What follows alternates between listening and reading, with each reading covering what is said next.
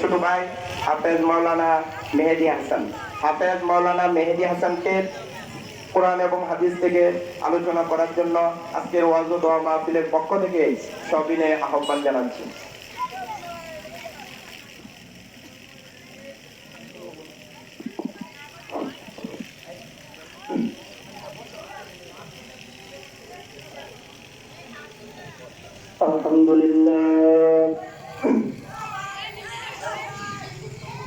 الحمد لله نحمده ونستعينه ونستغفره ونؤمن به ونتوكل عليه ونعوذ بالله من شرور أنفسنا ومن سيئات أعمالنا من يهده الله فلا مضل له ومن يضلله فلا هادي له ونشهد أن لا إله إلا الله وحده لا شريك له ونشهد أن سيدنا وسندنا وحبيبنا وقلوبنا وطبيبنا ومولانا محمدا عبده ورسوله الذي أرسل الناس بالحق بشيرا ونذيرا وداعيا إلى الله بإذنه وسراجا وقمرا منيرا عما بعد فأعوذ بالله من الشيطان الرجيم بسم الله الرحمن الرحيم রক্ষণাবেক্ষণ কাজের জন্য বিদ্যুৎ সংযোগ বন্ধ থাকিবে। একটি বিশেষ وإذا قيل لهم آمنوا كما آمن الناس একটি বিশেষ ঘোষণা আগামীকাল সকাল وقال النبي صلى الله عليه وسلم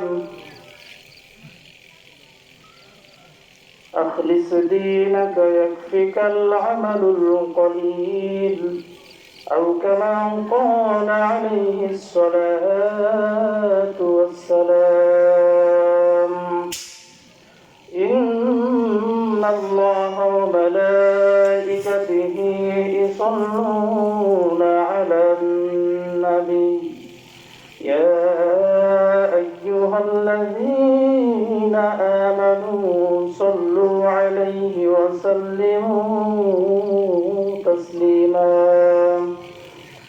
اللهم صل على محمد وعلى آل محمد كما صليت على إبراهيم وعلى آل إبراهيم إنك حميد مجيد اللهم بارك على محمد وعلى آل محمد كما باركت على إبراهيم وعلى آل إبراهيم إنك حميد مجيد الحمد لله সিন্নি গ্রামবাসীর উদ্যোগে ও মৃত ব্যক্তিদের রুহের মাগফিরাত কামনায় তৃতীয় বার্ষিক ওয়াজ ও দোয়া মাহফিলের সম্মানিত সভাপতি মুআজ্জাজ হাজিরিন উলামায়ে কেরাম আমার স্নেহের ভাইয়েরা পর্দার অন্তরালে আমার মা ও বোনেরা, আসসালামু আলাইকুম ওয়া রাহমাতুল্লাহি ওয়া বারাকাতুহু। বন্ধু থাকিবে আমি একটি বিশেষ ঘটনা আপনাদের সম্মুখে পবিত্র কুরআনুল কারীমের একটা আয়াত কারিমা তেলাওয়াত করলাম। এই আয়াতের মধ্যে আল্লাহ রাব্বুল আলামিন ঈমানের কিছু কথা বলছেন, যে কিভাবে ঈমান আনা যায় এবং ঈমান আনার পরে আমাদের কি কি কাজগুলো আছে এইগুলা। আমরা তো সকলেই ঈমানদার, তো ঈমান আইনা পৈতৃক সূত্রে আমরা ঈমানদার। বাপদাদা মুসলমান ছিল, সেই সূত্রে আমরা মুসলমান হয়ে গেছি।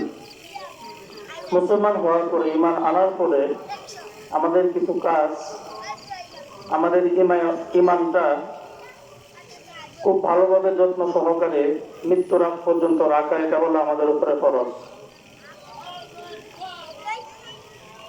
ও মানুষ কম, কিন্তু এটা এই জলসাটা হলো জান্নাতের বাগান। মানুষ হতে পারে কম, কিন্তু আল্লাহর ফেরেশতা কিন্তু কম না। লক্ষ লক্ষ ফেরেশতা এই মাহফিলে চারপাশ দিয়া বেষ্টন করে রাখছে। মানুষ নাই, কিন্তু ফেরেশতা আছে, সমস্যা নাই। আল্লাহ রাব্বুল আলামিনের দরবারে সাক্ষী থাকবে যে এই মাহফিলটা হয়েছিল, এই মাহফিলের মধ্যে আল্লাহ এবং আল্লাহ রাসূলের কথা হয়েছিল। আল্লাহ রাব্বুল আলামিন সবাইকে কবুল করেন না, যাদেরকে কবুল করে ইনশাআল্লাহ আল্লাহ রাব্বুল আলামিন তাদেরকে প্যান্ডেলের ভিতরে এনে বসাইবেন। আমি আশা করি আপনারা এখনো যারা এদিক সেদিক ঘোরাফেরা করছেন, আপনারা সকলে প্যান্ডেলের নিচে এসে বসে যান। এই প্যান্ডেলের নিচে এসে বসলে যে একটা ফায়দা, ফজিলত, সুলাইমান আলাইহিস সালাতু ওয়াস সালামের একটা সিংহাসন ছিল। এত বড় সিংহাসন আল্লাহ রাব্বুল আলামিন অতীতেও কাউকে দেয় নাই, ভবিষ্যতেও কাউকে দিবে না। এত বড় একটা সিংহাসন ছিল। আল্লাহর হাবিব সাল্লাল্লাহু আলাইহি ওয়াসাল্লাম বলেন, এই কোরআনের মাহফিলগুলোর মধ্যে যদি কোনো ব্যক্তি বসে বসে নিঃশ্বাস ফেলে, প্রতিটা নিঃশ্বাসের বিনিময়ে আল্লাহ রাব্বুল আলামিন পয়গম্বর সুলাইমান আলাইহিস সালাতু ওয়াস সালামের সিংহাসন পরিমাণ সওয়াব আমলনামায় আল্লাহ রাব্বুল আলামিন দান করবেন। সুবহানাল্লাহ। এই জন্য এটা চিন্তার বিষয় না যে মানুষ হইল কি হইল না। আসল চিন্তার বিষয় হলো আল্লাহ রাব্বুল আলামিন কাকে কবুল করেন এবং কাকে কবুল করেন না। সেটা সবাইকে আল্লাহ রাব্বুল আলামিন কবুল করেন না। যাদেরকে কবুল করবেন তারাই মাহফিলে এসে বসতে পারবেন।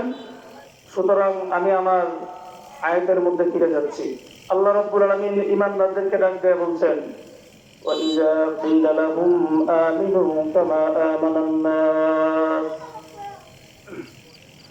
যারা ঈমান আনয়ন করে তাদেরকে আল্লাহ রাব্বুল আলামিন বলছেন যে ঈমান আনার পরে এই ঈমানটা তোমাদের রাখতে হবে, যত্ন করে, যত্ন সহকারে মৃত্যুর আগ পর্যন্ত ঈমানটা রাখতে হবে। কেমন? আল্লাহর হাবিব সাল্লাল্লাহু আলাইহি ওয়াসাল্লামের পূর্বে হযরত ঈসা আলাইহিস সালাতু ওয়াস সালামের পরে, পয়গম্বর ঈসা আলাইহিস সালাতু ওয়াস সালামের পরে এবং আল্লাহর রাসূল জন্মগ্রহণের আগ মুহূর্তে একজন বাদশা ছিল, জালিম বাদশা, যার নাম ইউসুফ জুন নেওয়াজ। এই বাদশা ওই জামানায় তাকে যে রব বলে না মানত, তাকে সে হত্যা করে ফেলত। ওই ফেরাউনের চরিত্র ছিল তার। সে বলতো আমি রব, আমি খোদা। ওই বাদশার জাদুঘর ছিল। ওই জাদুঘর একদিন বাদশাকে বলতেছে যে বাদশা, আমি তো এখন বৃদ্ধ হয়ে গেছি, কয়দিন পরে হয়তো মারা যাব। আপনি আপনার এই দেশ থেকে এরকম একজন যুবককে এনে দেন, মেধাযুক্ত যুবক, যার মেধা খুব ভালো, এমন একটা যুবক এনে দেন যে যুবকটাকে আমি জাদুবিদ্যা শিখিয়ে দিতে পারি, ভবিষ্যতে আপনার এই দেশ চালাইতে কাজে লাগবে। তো এই জাদুঘরের কথা মতো এই সারা দেশ খুঁজে একজন মেধাযুক্ত, যার মেধা খুব ভালো, এরকম একটা যুবক আনলো, বালক, জাদুবিদ্যা শেখানোর জন্য। ওই জামানায় একজন খ্রিস্টান পাদ্রী ছিল। ওই খ্রিস্টান পাদ্রী সে ঈসা আলাইহিস সালাতু ওয়াস সালামের ধর্ম বিশ্বাস করত, আল্লাহকে বিশ্বাস করত। বাদশা ইউসুফ জুন নেওয়াজ যখন একটা যুবককে বাদশার বাড়িতে আনলো। যুবককে বাদশা বলতেছে, যুবক আমার বাড়িতে খাইবা, আমার বাড়িতে থাকবা, আর প্রতিদিন গিয়া ওই জাদুঘরের কাছে গিয়া জাদুবিদ্যা শিখবা। ওই যুবক বাদশার বাড়িতে চলে গেল। ওই যুবক বাদশার বাড়িতে যাওয়ার পরে বাদশার বাড়িতে থাকে, বাদশার বাড়িতে খায়, আবার জাদুবিদ্যা শেখার জন্য জাদুঘরের বাড়িতেও যায়। একদিন যুবক খবর পেল খ্রিস্টান এক পাদ্রী, ওই পাদ্রী আল্লাহ বিশ্বাস করে। মানুষগণ যখন ওই খ্রিস্টান পাদ্রীর কাছে যায়, ওই যুবকের মনের মধ্যে ধরলো আমিও একদিন খ্রিস্টান পাদ্রীর কাছে যাব। যুবক চলে গেল। এখন যুবকটা খ্রিস্টান পাদ্রীর কাছেও যায়, আবার বাদশার যে জাদুঘর সেই জাদুঘরের কাছেও যায়। এমনি যাইতে যাইতে আল্লাহ রাব্বুল আলামিন ওই খ্রিস্টান যুবকের ভিতরে আল্লাহ রাব্বুল আলামিন হেদায়েত দান করে দিলেন।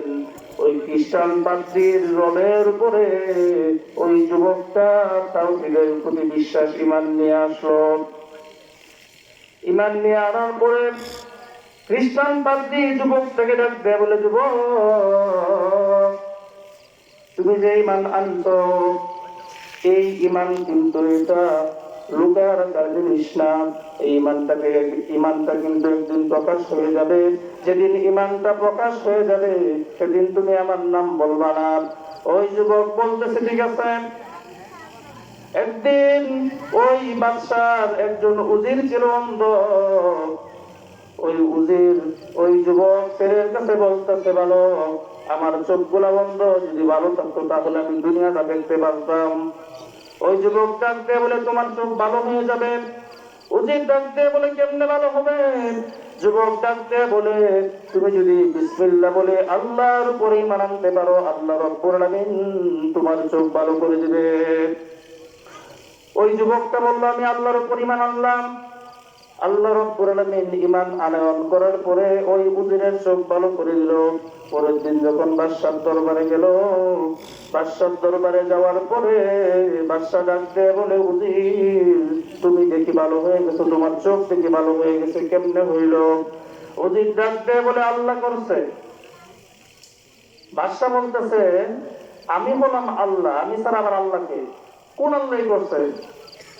উজির ডাক দিয়ে বলে, তুমি যে বালক রে তোমার ঘরের মধ্যে আল্লাহ রাখলা, খাওয়াইলা, ওই বালক আল্লাহর উপর ঈমান আনছে, আমি ওই বালকের আল্লাহর উপর ঈমান আনলাম।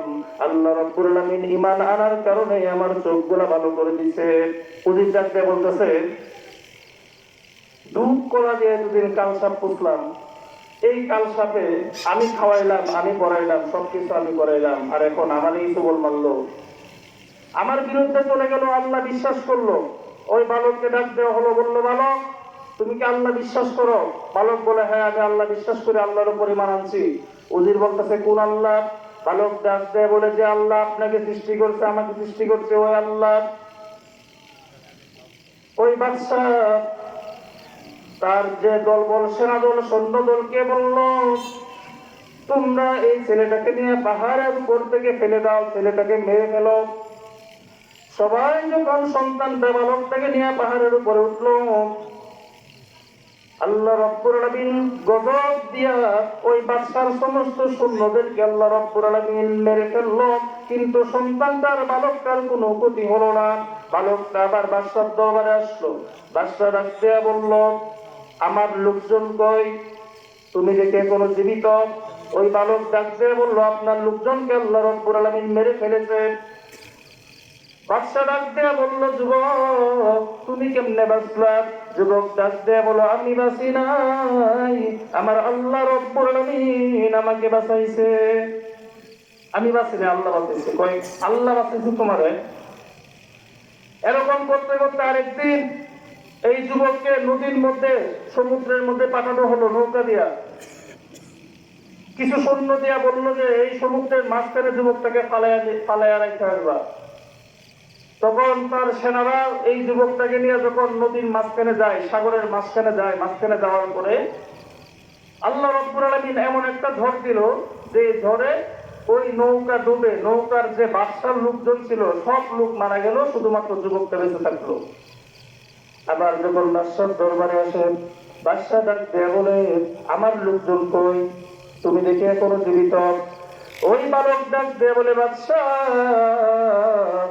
আপনার লোকজন সবগুলা মারা গেছে।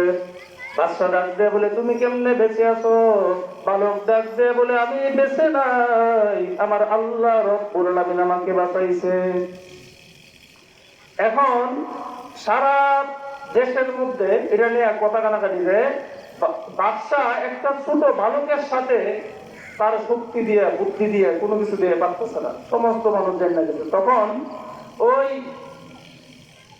বালকটা বাদশাকে ডাক দেয়া বলে, বাদশাহ আমি তোমাকে একটা বুদ্ধি দিতে পারি, যে বুদ্ধি নিয়ে তুমি আমাকে হত্যা করতে পারবা। যদি আমার বুদ্ধি মানো তাহলে আমাকে মারতে পারবে, এছাড়া পারবা না। বাদশাহ বলে, কি বুদ্ধি?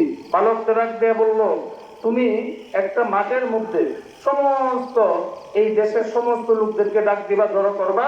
জড়ো করার পরে যে তোমার কাছে যে তীর মারে, যে ধনুক মারে, তীর দেয়, তীর দিয়ে মানুষকে হত্যা করে তীর মেরে, ওই লোককে বলবা বিসমিল্লাহ আল্লাহু আকবার বলে, আল্লাহর নামে আমার শরীরে তীর দেওয়ার জন্য, তীর মারার জন্য। যদি সে বিসমিল্লাহ বলে আল্লাহর নাম নিয়ে আমাকে তীর মারে, তাহলে হয়তো আল্লাহ রাব্বুল আলামিন আমার জীবন শেষ করে দিতে পারেন। এই বাদশার কথা শুনে মাঠের মধ্যে সমস্ত দেশের মানুষদেরকে জড়া করা হলো এবং তীর নিয়ে ওই যুবকের সামনে দাঁড়ায় গেল।